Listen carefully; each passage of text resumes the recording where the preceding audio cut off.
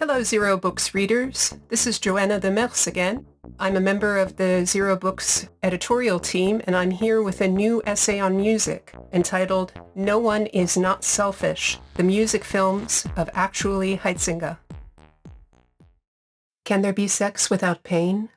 Sex that is completely virtuous, a sort of ethically responsible and mindful sex in which lovers are on completely equal ground? A sex without hierarchy or power differentials? This is the question that kink attempts to answer, clumsily but resoundingly in the negative. With whips and chains and fetishes. That kink exists and persists in thrilling so many should not suggest that kink is necessarily a satisfactory response to this question. It merely underscores the persistence of doubt as to the compatibility of sex within otherwise lofty goals of inclusion, transparency, and fairness, goals that may be well-intentioned, but that have ballooned to become caricatures of themselves thanks to social media ills like humble bragging and virtue signaling. What kink often promises is a temporary suspension of hypocrisy, detours through discomfort, pain, and humiliation, before finally arriving at some sort of climax, perhaps an orgasm for the sadist or masochist or both, or perhaps just a bottoming out at utter abjection. Kink is uncomfortable if not painful for one or both lovers, but at least it is honest, this reasoning would have us acknowledge. And if the Marquis de Sade were alive today and judged on the basis of his writings, he'd be pilloried, not because he blasphemed, but because he did not represent sex as a democratic act. Well, the position is that my client wishes in broad terms... Broad terms? Broad terms at this stage, Nick, yes, I think we can thrash out specifics later. My client wishes to engage in a bout of protracted sexual intercourse with your client. Yeah, can I just chip in here, Richard? Chip away. Probably going to save a bit of time if I tell you that my client is keen to proceed along the lines of the standard precoital agreement, with just one or two riders and amendations.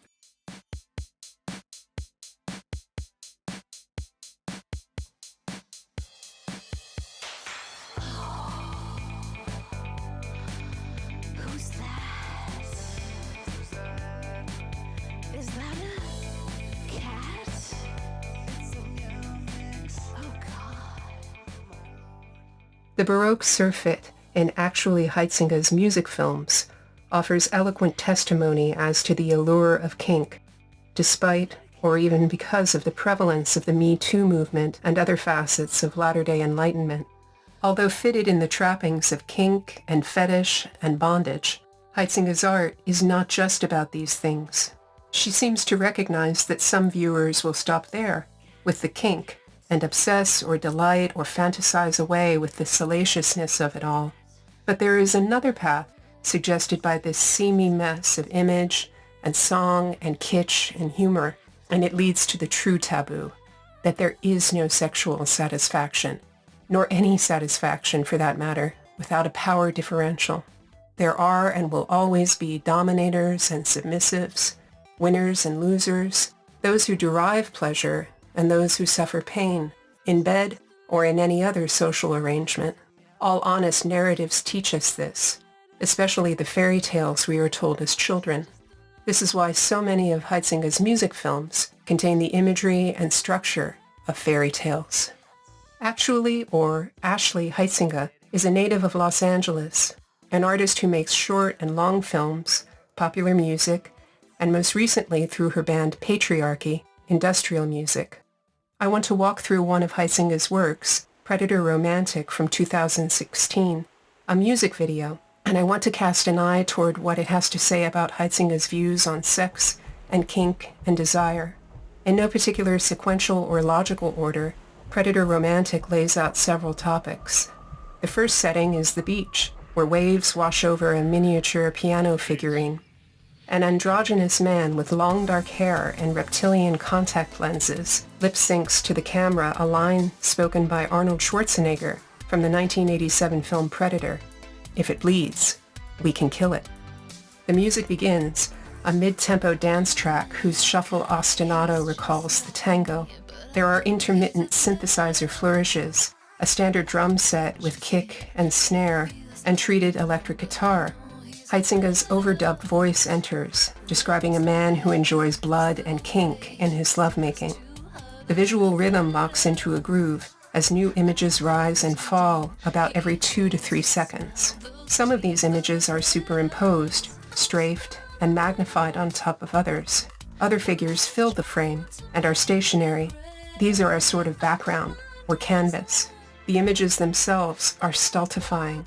Huizenga is clothed alternately as a shepherdess, a dominatrix in vampire or Viking style, and a sexpot a la Madonna. All of these visual and audio elements are superimposed in a vertiginous mix of topics, like the bacchanalia, the horror film, bondage and discipline subculture, the film Predator, silent film era cliché such as the bound victim and the genie with Rudolph Valentino-like beauty, and the fairy tale. And while the music follows a standard verse-chorus alternation, and thus adheres to a predictable timing of events, the editing of these visual topics is muddled and quick. The frequent superimposition of graphics in late 1990s style cut and paste means that distinctions between topics are aggressively worn down. Predator Romantic simmers at a fever pitch of smut, but it is hardly gratuitous. Defenders of Madonna, such as the musicologist Susan McClary, have argued that her sexualized roles are subversive rather than demeaning because they wrest control of the male gaze. The argument could be rewritten with Huizenga's work in mind in such a way that Madonna seems positively patriarchal in comparison. For Madonna and her progeny, singers like Nicki Minaj, Miley Cyrus, and Cardi B, merely mimic libido and desire in order to subvert them. Huizenga, on the other hand, presents a much more unsettling prospect, for she is an artist who really does exert total creative control over sound and image, as well as costuming, casting, editing, and other less glamorous aspects of video art. The lyrics to her songs are intimately tied to her script writing, and she places herself in debasing evocations of fetishism, sacrilege, gluttony, and does so while clearly communicating enjoyment and humor, even joy.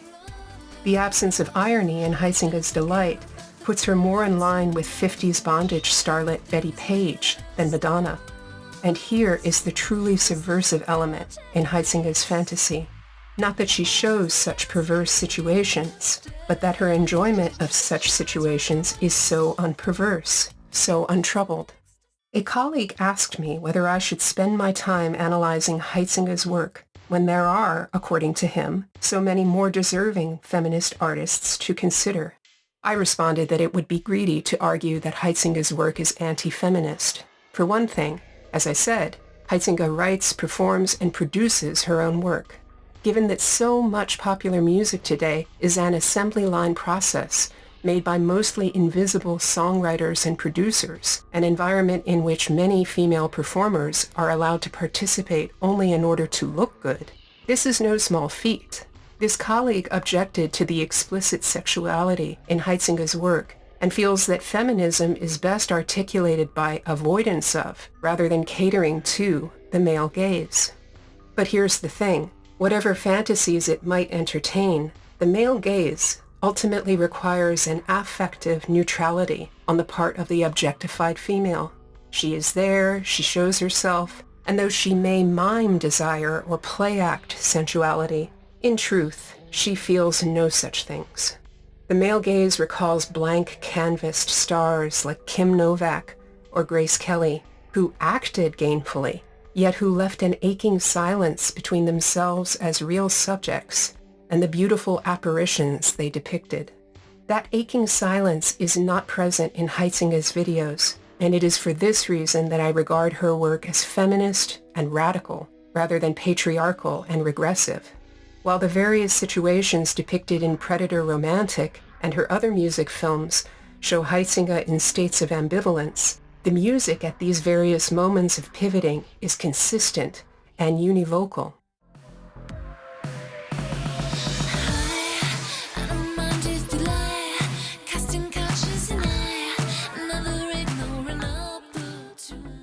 Her breathy but precise soprano, undergirded by motoric synth repeated 16th notes.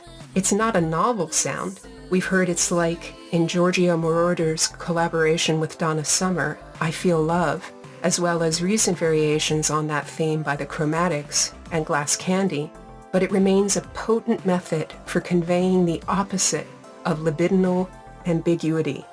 Huizenga's music wants. It wants even through the discomforting action and lurid fake blood and not-so-subtle intimations of rape and torture.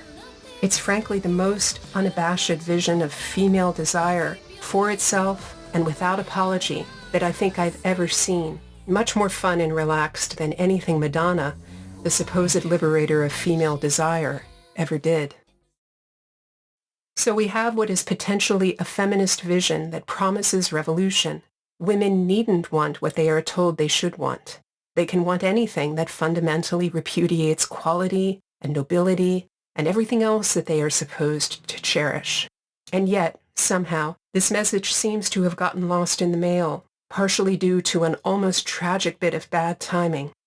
Because moral indignation has become the status quo, and social media facilitate virtue signaling, a sort of preemptive moral alibi that precludes doubts as to an individual's politics or motives.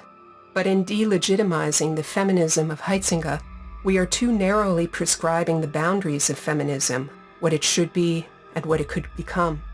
My most compelling reason to love this stuff is that it makes visible as possible anyway, a truer response to the question I posed at the beginning. Can there be sex without pain?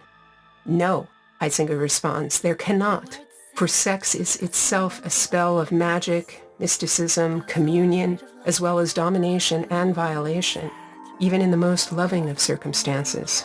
Keep in mind the name of her current band, Patriarchy, and consider the barely contained violence in its images of kidnappings and public defilements. Somehow, Huizenga is able to conceal that message in the guise of some infectious pop songs and a great sense of kitsch and levity. This sounds like a defense, which is not what I wanted to write. Huizenga does not want to be a martyr or a hero because, as goes a line in her film Heavenly Sin, no one is not selfish.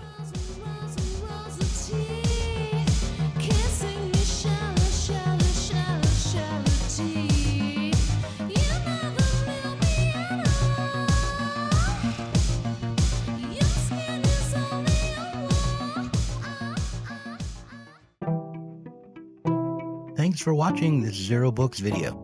If you enjoyed it, then you should click on that like button. And while I'm plugging things, I'll encourage you to look for our books online, at your local bookstore, or at your local library.